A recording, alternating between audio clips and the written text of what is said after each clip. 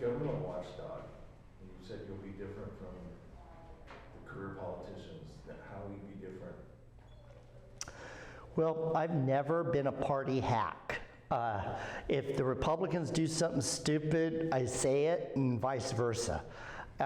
This is a fundamental principle with me. I believe that congressional representatives should be representing the people, not the party in the halls of Congress.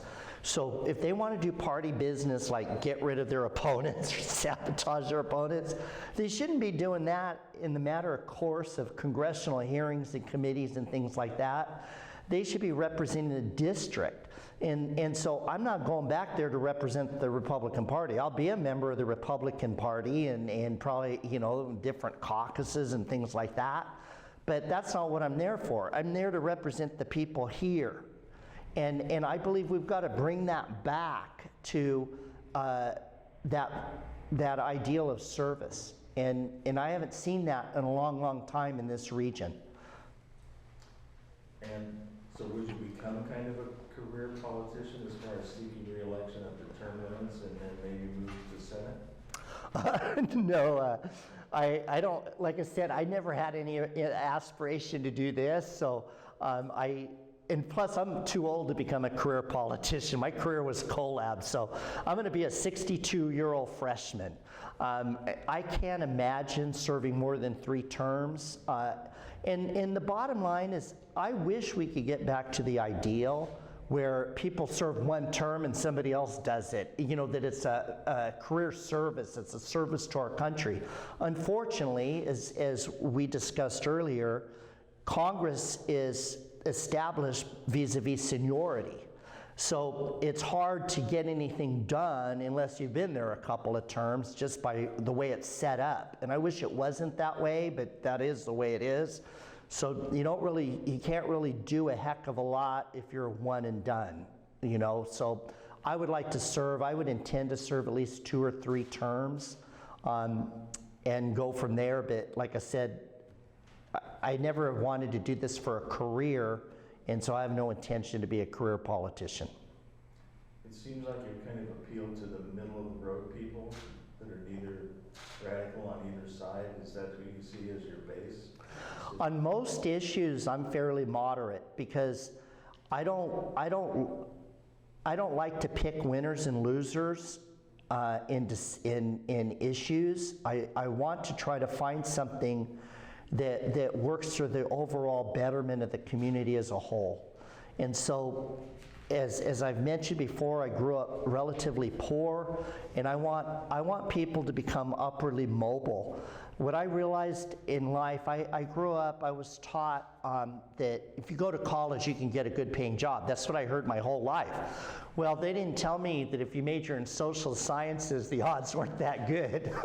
So, I was going to be a lawyer, but by the time I was a senior, I didn't want to go to law school. So I had the social science degree, no job prospects, no technical skills, and that's why I, got the job as a seasonal laborer working straight graveyard shift at Sitton & Brown. Tools of my trade were a wheelbarrow, grease gun, and a shovel, But what I learned when I was there, because I was there Sitton & Brown for 7 years and Union Sugar for 4, I had a series of epiphanies. And one of the major epiphanies is you can be middle class in the blue collar community. We had guys out there, and this is in the 1980s, I was making $24,000 a year. But there was guys out there making over 50 with a high school education. And the same was true in the oil industry and other manufacturing and industrial concerns here in the North County. And growing up in Lompoc, the John Mansfield plant, we called it JM at the time, there were a lot of guys that had a darn good living working out there. They worked, a lot of my friends' dads worked out there 30 or 40 years. And I realized that those jobs were just as important to society as the type of jobs you can get going to college, and they paid just as well. And it's only gotten more stark as we've gone forward. So nowadays, somebody could spend $200,000 to send their kid to college, and the kid can't get a job and has all this college debt, versus you could buy a business for $200,000 and have an instant income if in fact you have the skills to run that business. And I'm talking, you know, especially like blue collar type like being a plumber, electrician, or what have you. And so it really changed my worldview, that I realized that every economy should have blue collar and white collar jobs all the way up the ladder. And I'll tell you two things.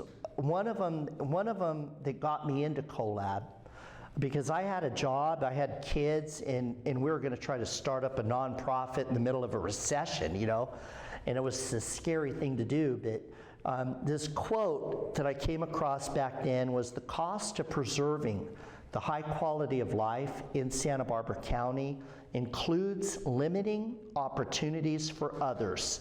It limits economic mobility, but that is a legitimate political choice." Well, the source of that quote was the Planning and Development Director of the County of Santa Barbara.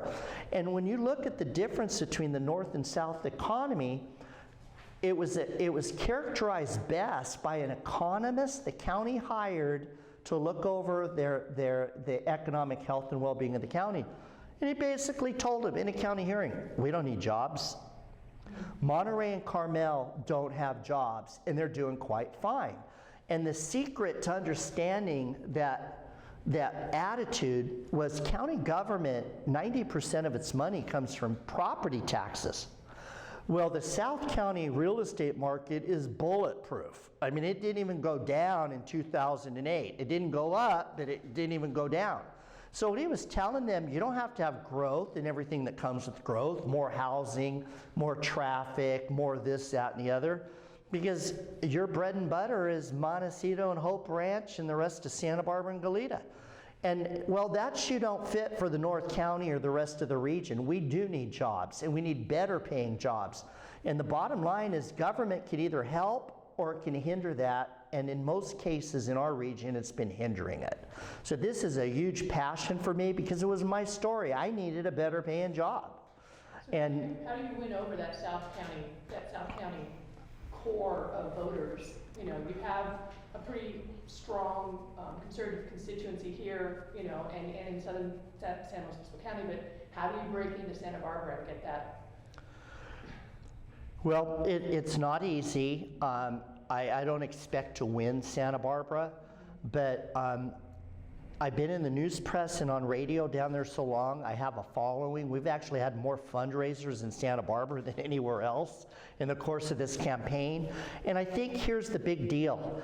This is no longer just about local issues or parochial Democratic versus Republican issues, because what I've found is a lot of moderate Democrats and independents are scared at this push towards socialism, that they realize that that's not a good deal for anybody.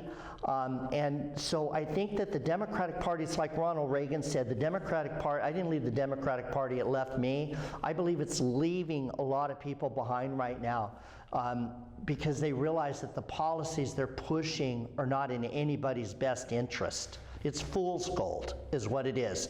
It's politics of envy. I had,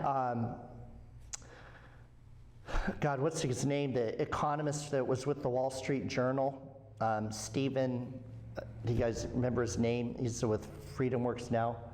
I know who you mean. Anyway, I had him on the show last week, and he said something, you know, wealth redistribution is really, really easy. Anybody can do wealth redistribution. It's the creation of wealth that's tricky. And you start messing with ability of people to create wealth, you take away the ability to redistribute wealth. And I think that Santa Barbara people understand that principle. I mean, the push, we hear these people at UCSB, for instance, college professor at UCSB saying, we have to end capitalism to save the planet. There's kids at UCSB, social activists want to eliminate and abolish private property. You know, you've got the Green New Deal that would tax at 70 to 90%. Well, I'll give you an example. The unions are invested in Wall Street. So we already have a $1 trillion pension crisis in California. what happens when they start taxing the principal? I mean, it's a recipe for disaster. None of their ideas work. Some of their goals are virtuous, but their ideas don't work. And so I think that there's more and more people recognizing that. And that's part of my hope. Campaigning down there to encourage them to. Well, almost all of our campaigning is what I'm calling meet and greets. So I've spoken to clubs I never knew existed down there. I spoke to the Santa Barbara Italians. I spoke to a writing group. I've spoke to at Hope Ranch 3 or 4 times, a couple of Montecito houses a couple of times, the University Club. I've been hosted at all sorts of events in Carpinteria as well, people's houses sometimes, restaurants. And so I've literally, plus, I've written, I wrote for the Santa Maria Times for almost 17 years, but it was only once a week. Well, I wrote for the news press up to 4 times a week. So I've written almost 1,200 op-eds in the news press. So people know me for policy. And this is one of the things that I always emphasize is I've always been about policy, not politics. Now, of course, the two intersect, but my issue is principles, values, goals, and economic return, and constitutional rights. So I just don't go in there bashing somebody because they're a Republican or a Democrat or an independent or a socialist. To me, I want to go on principles and values and goals and impacts in the real world. Are there any specific goals that you want from the Central Coast? And so, for instance, the city of Lompoc's hurting, okay? Now, Salud Carbajal called it the armpit of the county, which shows his care of concern for Lompoc. I grew up there. I had a great upbringing in that town. That town should be able to annex land. Again, the county would probably stand in the way. But my plan is I'm going to go talk to the base commander. I'm going to talk to the companies doing space launches and space operations out there and see whether or not we can attract them to build a campus in Lompoc, in the city of Lompoc, so that Lompoc could get the property taxes and the multiplier effect in that town and get higher paying jobs. Because right now when they go to the Vandenberg, it's kind of a netherworld in terms of property taxes and the multiplier effect into the region. So I would like to see Lompoc realize its space dreams vis-a-vis a large campus for the companies doing space tech. So does that support the space center that's being discussed? Or? Well, that thing's more like educational, I think. I'm talking about for-profit. We got to get back to for-profit. Profit means jobs and tax revenue. The other thing is Lompoc's been treated as the bastard child of the county for way too long. For instance, there's snowy plovers at Caldwell Point, which is the Isla Vista beach. There's snowy plovers by the Coral Casino. Their beaches don't get closed. Trails to the beach don't get closed. There's wind on the Channel Islands. There's wind at Gaviota, but they're building the wind turbines in Lompoc.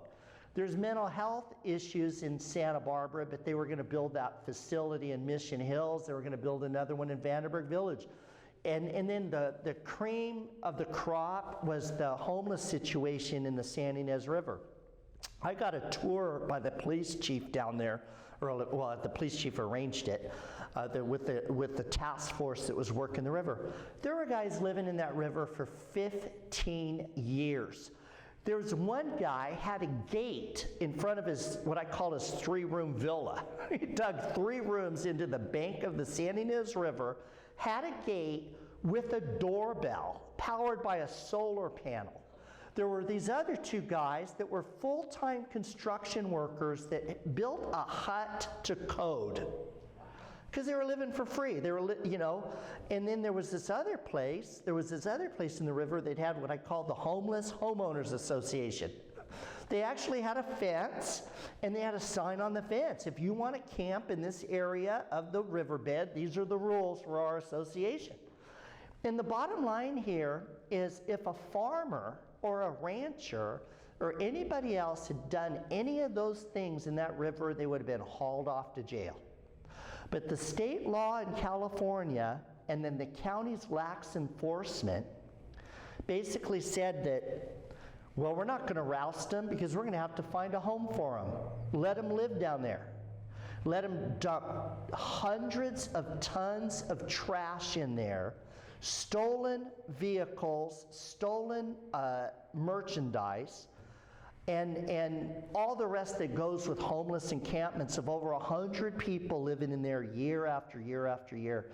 The county of Santa Barbara did nothing. And then they left that bill. Lompoc could ill afford to pay the hundreds of thousands of dollars they had to fork out to deal with that situation.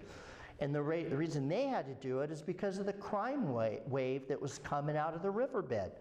Well, again, you know, why did the county allow that to happen? The Flood Control District, U.S. Army Corps of Engineers, Fish and Wildlife, and the EPA would have been all over anybody else doing any of that stuff. Homeless people got a pass. Nobody ever got cited for anything. They just, nothing happened to them. You're going to fight for Lompoc, is what you're saying. I'm going to fight for the whole region, but the North County especially. And again, I'm not going to ignore Santa Barbara. Santa Barbara's got its own issues. But the bottom line here is, for too long, this seat has been anchored in Santa Barbara, anchored by Isla Vista. That's how they keep winning this seat over and over and over. Isla Vista, in the last presidential election primary, they voted 90-10 for Bernie over Hillary. And they're all gone now. They don't ever see the consequences or have to live with the consequences of their vote for either 3rd District Supervisor, Assembly, Senate, or Congress. And I'm not going to ignore Santa Barbara, Goleta, and Carp, you know, in any way, shape, or form. For instance, I'll give you an example for Carpinteria. The biggest issue in Carpinteria right now is marijuana stink, right? Well, I fought against, I went to the California Coastal Commission more than once. I fought against what they call the greenhouse EIR. The greenhouse EIR created a greenhouse-free zone in Carpinteria, where these farmers couldn't build the greenhouses, and you need greenhouses to grow cut flowers. They grow like 10% of the state or nation's cut flowers in Carp, or at least they used to. Well, here's what people don't know, because that was a mortal death blow to the growth and the viability of their industry and the loss of the value of some of the land they held. Because that land could cost $100,000 to $200,000 an acre. There's no other crop that can carry the land costs. But here was the killer blow to greenhouses, and this is federal policy. To stem the drug flow from Colombia, we allow Colombia to export flowers to the United States duty-free. That killed the Carpinteria flower growers. So I never thought growing up on the Central Coast we'd get our flowers from Colombia and our drugs from Carpinteria. And that's a federal policy. And so, you know what? They're still growing drugs in Colombia. So first thing I'm going to do, I'm cutting that export-free duty clause that they got, if I can pull that off as a freshman or what have you, and maybe flowers can compete in Carpinteria with cannabis again. But it's going to be a tough road to hoe because cannabis is a high-value crop, but we think the market's going to be oversaturated and it's going to collapse. As far as immigration, migrant labor, that's pretty important to the farmers in this area. Yes. And as far as your policy on that? Okay, and this is one of those things where I'm moderate, so to speak. I don't believe in the principle or precept that you throw everybody out of this country that didn't come here legally. I would throw out the gangbangers and the felons, and I probably would not be very welcoming to people that come here to become a government dependent. Having said that, I recognize that many of these people, including dreamers, may not have known any other country. And so I would not toss them out. However, they would have a tough road to hoe to citizenship. I would give them some version of legal status that would not include the right to vote, nor would it be the right to amnesty. Now in time that could change, but I want a package deal. I want border security. I want the gangbangers and the career criminals and all the other people tossed. And then I want a viable guest worker program that satisfies the needs of industry, including farming. And then I would keep these people on a path towards permanent residency and maybe eventual citizenship, but I'm not even going to talk about citizenship and the ability to vote until we know that border is secured and we're not going to just be recycle, repeat, rinse in another 10 or 15 years. So is the wall the answer to the secure border? Only part of it. It's only part of it because there's all sorts of different ways to come in here. Tourism and other things, overstaying visas and all sorts of stuff. It's only part of it. It doesn't necessarily have to be a wall. In some places there could be other types of monitoring. But I went on a border security conference to El Paso, Texas a few years back. And part of this, we had the same training that law enforcement gets on border security issues. Because it really is a secure issue. The drug cartels have a presence in every major city and across America, a major presence. And then plus there's terrorists coming across. I went to another conference on terrorism vis-a-vis border security. And the irony was, so one of the parts of the tour was a meeting with the county sheriff and some of his task force leaders. They were under Obama. If they saw somebody crossing illegally and they detained them, the cop was subject to prosecution. It was illegal for anybody else except for ICE or Border Security to detain anybody for crossing the border illegally. That's how ridiculous it was. They were not allowed to do anything. They considered it a federal matter and they were out of their authority to do anything about it. And the bottom line, what I learned back then, and this is what's really, truly scary, this is what people don't know. They had a saying, the drug cartels have a saying, plato o plomo. Take our silver, which means our money, or take our lead, which means our bullets. So it's an $80 to $100 billion a year industry. If you cooperate with them, they will make you rich. If you don't cooperate with them, they will either kill you or your family members. And so these people, and this was the sad thing, the people on both sides of the border were succumbing to plato plomo. So as bad as the drugs are, the terrorism is, the one thing these guys said is the corruption is going to be the worst thing that happens.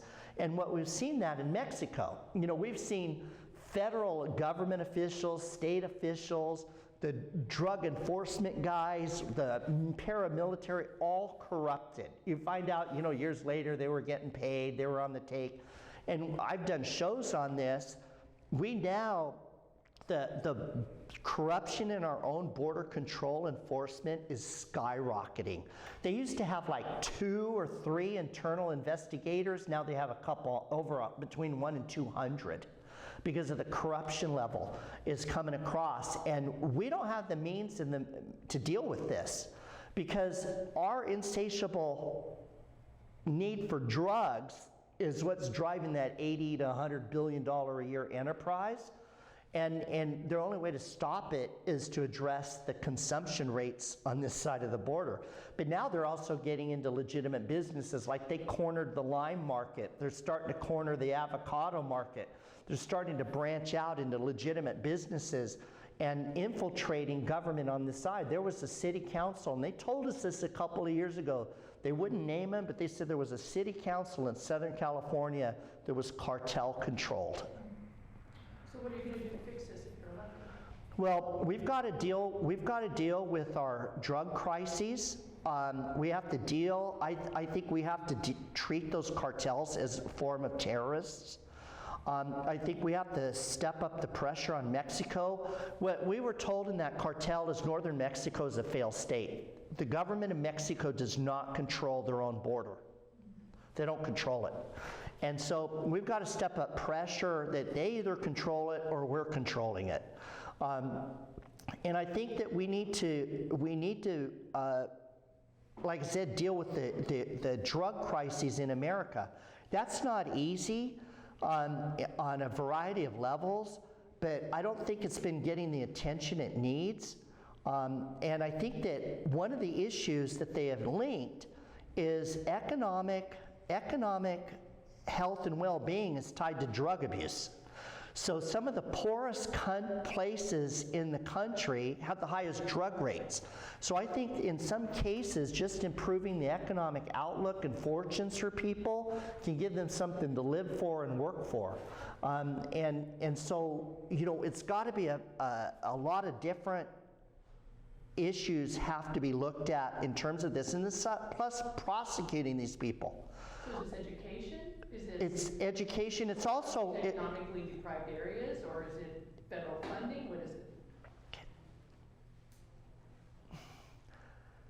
You know, I look like, for instance, in the North County, look in Lompoc. Mm-hmm. What job can a kid that graduated from high school in Lompoc get?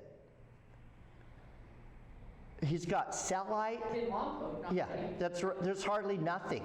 And yet that town between Vandenberg Village, Mission Hills, and Lompoc, there's probably 60,000 people living in that town right there.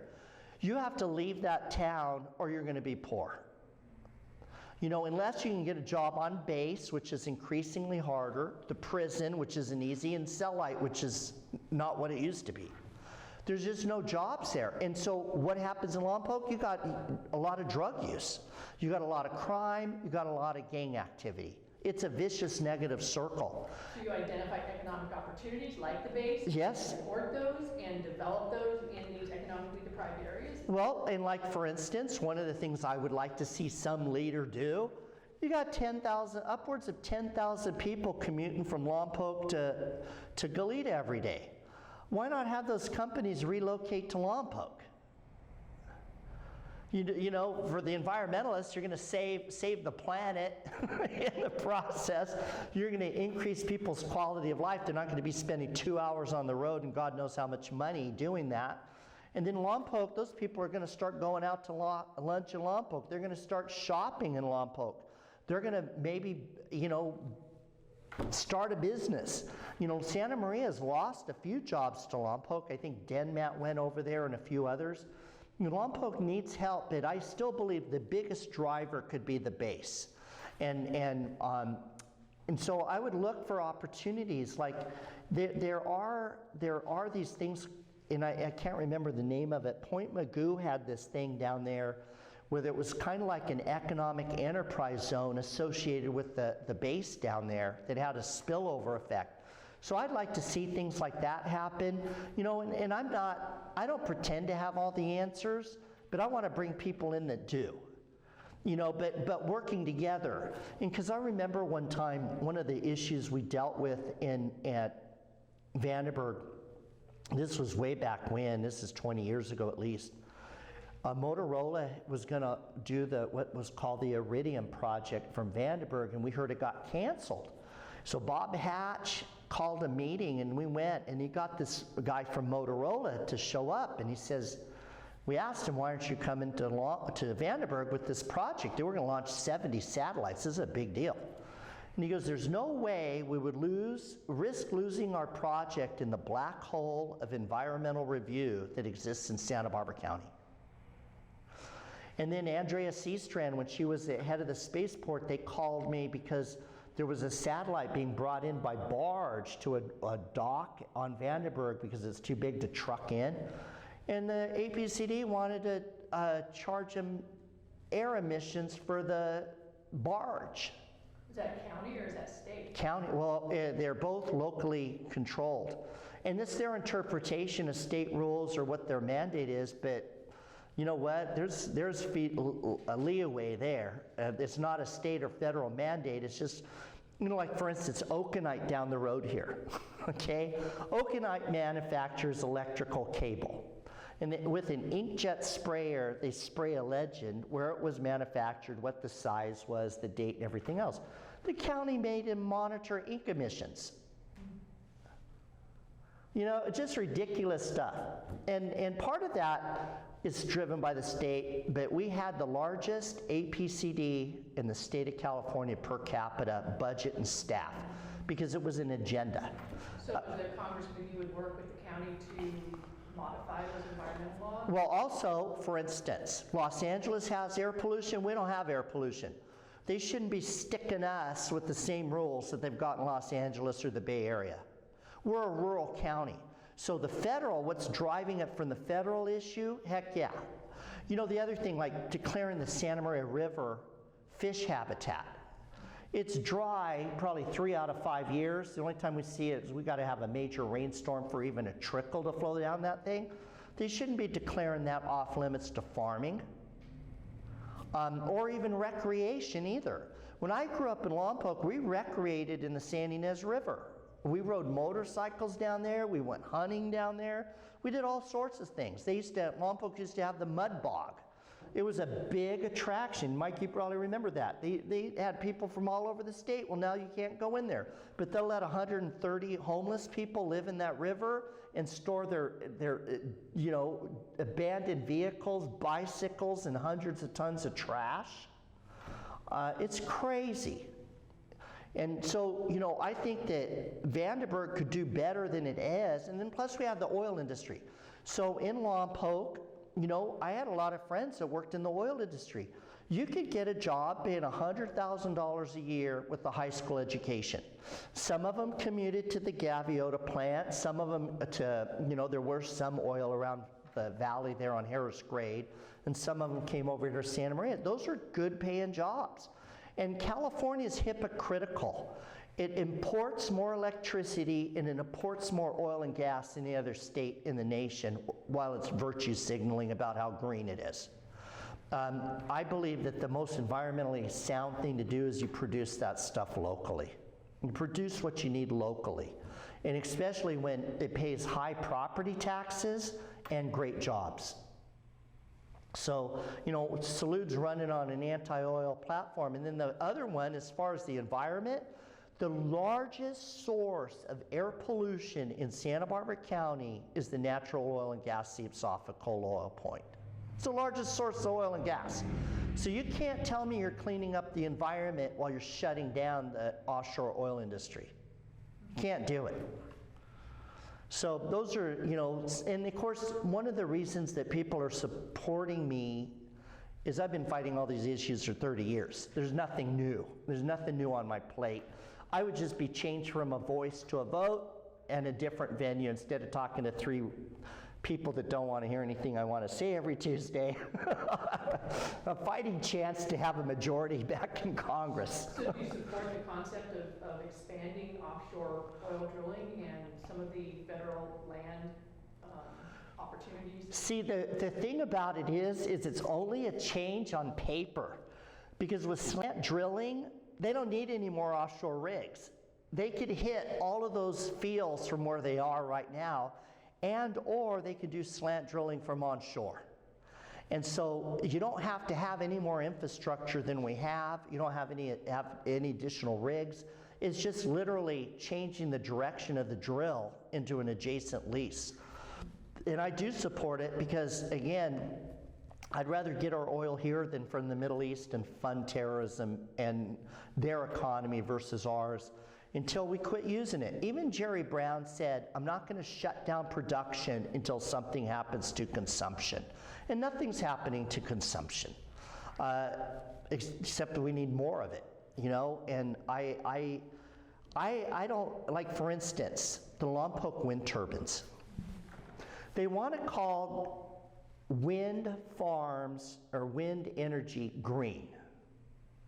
Now, and the same thing with solar. They want to call it green. Now, I'm the first to admit that the wind itself and the sunshine itself is green. It's renewable, it's entirely natural. But converting that to electricity is not any greener than converting oil and gas, which is natural, to energy. There's no difference, and let me explain how. There's an underground structure for the oil extraction. It's a, well, right, I know, but you think that, but think about this. Those wind turbines, each one of those wind turbines is 400 tons of steel. You gotta dig the steel out of the earth, right? You gotta ship it to a plant that is 70 to 90% chance it's gonna use coal to melt the steel. Then you gotta take the melted steel to a factory to shape it into a tower. Then you go build the tower, you anchor it in tons of cement, which have to be mined, and then you whack a bird and a bat 24-hour basis to the point that they have to have an incidental take permit because they're killing endangered species on a routine. And that's green. That's green. Okay? And solar panels, the same thing. There is a 4-year-old in the Congo right now working for food, not wages, to get cobalt for solar batteries for cars. It's a strip mine. And some of the materials in those wind turbines and all of the materials in the solar panels and the batteries become a hazardous waste stream. So, don't call it green. You can call it renewable because the wind and the sun are renewable, but it's not any greener. And here's the deal. With oil and gas, even though you do have to have a steel pumping jack and all the rest, you have to have infrastructure. With oil and gas, you can make 5,000 byproducts, including plastic and tires on cars and all these other things, right? There is no byproduct from wind and solar. It's just a means to convert energy, and it is the most expensive means to convert something to electricity.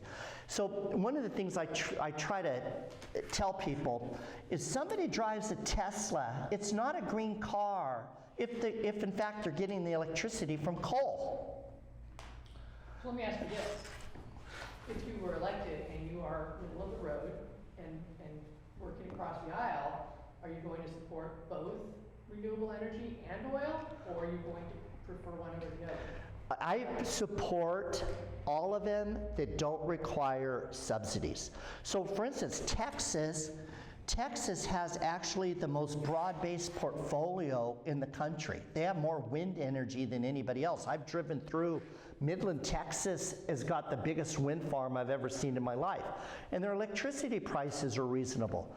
I like nuclear, to tell you the truth. I think nuclear, if you believe in climate change and greenhouse gas is the death knell of mankind, we should be building nuclear plants like crazy.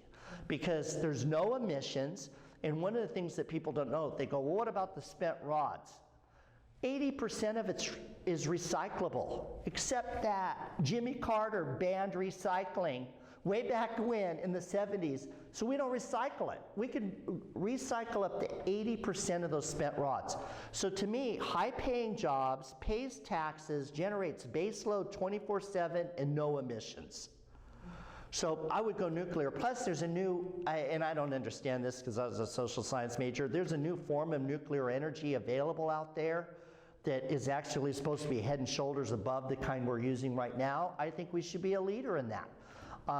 And so I would actually put more into nuclear. Oil and gas, we need it until there's a substitute coming. And wind in certain places and solar in certain places makes sense, but I don't want to mandate it. And I don't care to subsidize it unless we get paid back. We're doing quite well.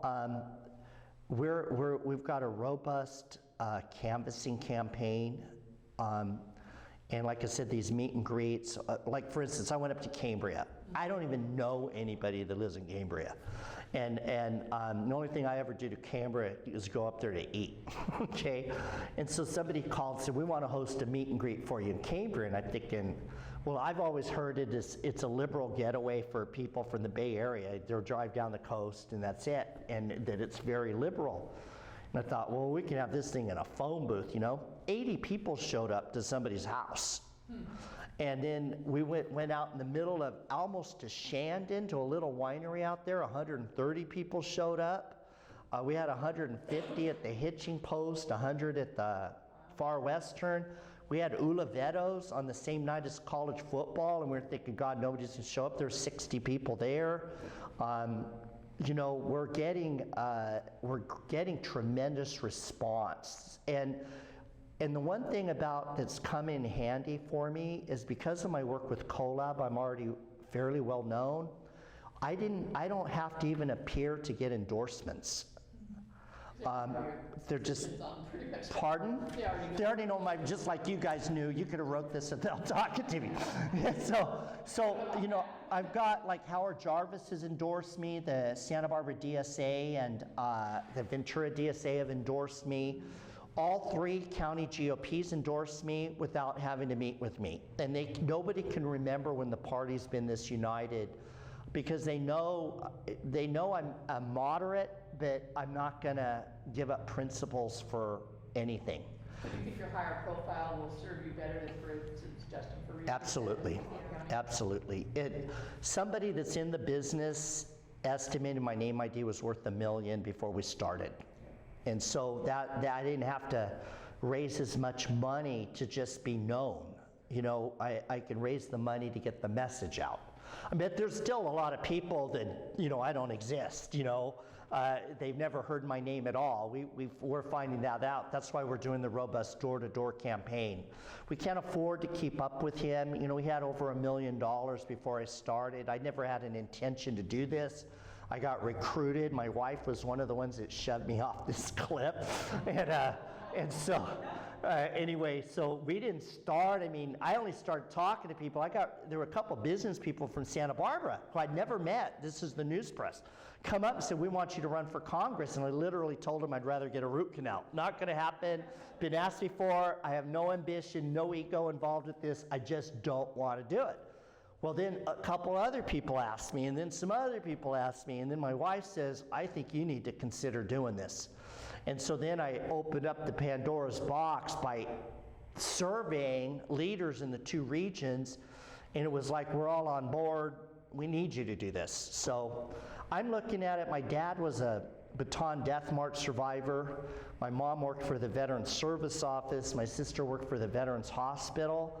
I'm literally just looking at this as service to the country is the only, because like I said, you know, it's hard going back there. If you're not rich, you got to maintain a second residence back there. You know, which is why some of these guys, there's up to 70 of them now are sleeping in their offices because the rents are as high, if not higher than Santa Barbara. They don't give you a per diem back there. You got to pay for the whole thing yourself. It's not easy. If our kids weren't all grown and stuff, I couldn't do it even if I wanted to. You know, so, and then plus, you know, flying back and forth every weekend, and then, you know, the seniority system and the partisan divide, there's all sorts of reasons, but, you know, people believe I can make a difference, and I'm going to try. I'm going to try. And I believe that the North County and SLO haven't been represented since Andrea C. Strand, since the 90s. I think she ran in 96. They haven't had any representation. Most people throughout this region never met Salud Carbajal. They said they never see him, they never hear from him, they don't know him. He'll show up for photo ops and that's it. That's it. And so, you know, where I've been working in all 3 counties, I helped start the CoLab in Ventura, Santa Barbara, and SLO. So I went to board meetings in all 3 counties for a while as an interim executive director for all of them. And you know, our economies are all agriculturally based. And in each county, there's a north, south, east, west divide, which is really phenomenal. And one of them is mostly urban and the other one's mostly rural. They've got a lot in common with one another. And you know, because I've worked in both sides of the mountain in all 3 of the regions, I feel like I know the district really well and know what it needs. You know, to the best of my ability to actually get something done. I don't know, Mike might have asked you this, but are you going to stay with CoLab if you're elected? Oh, I can't. Yeah. It's a full-time job, you know. It's, we don't know what's going to happen. We actually talked a couple years ago, because I'm no spring chicken, we talked a couple years ago, are we going to have a succession plan or does it end when I leave? Because too many people, and I've never wanted this, too many people associate we as being CoLab. I'm not CoLab, the members are CoLab. And I believe there's a need to keep it going. You know, and things, but it's just tough. We've got, and this is part of this issue of desperation. I know people that have been here 5 to 7 generations are leaving. They're leaving. And with that regard, that's the desperation. It's kind of like there's people feeling this is like now or never.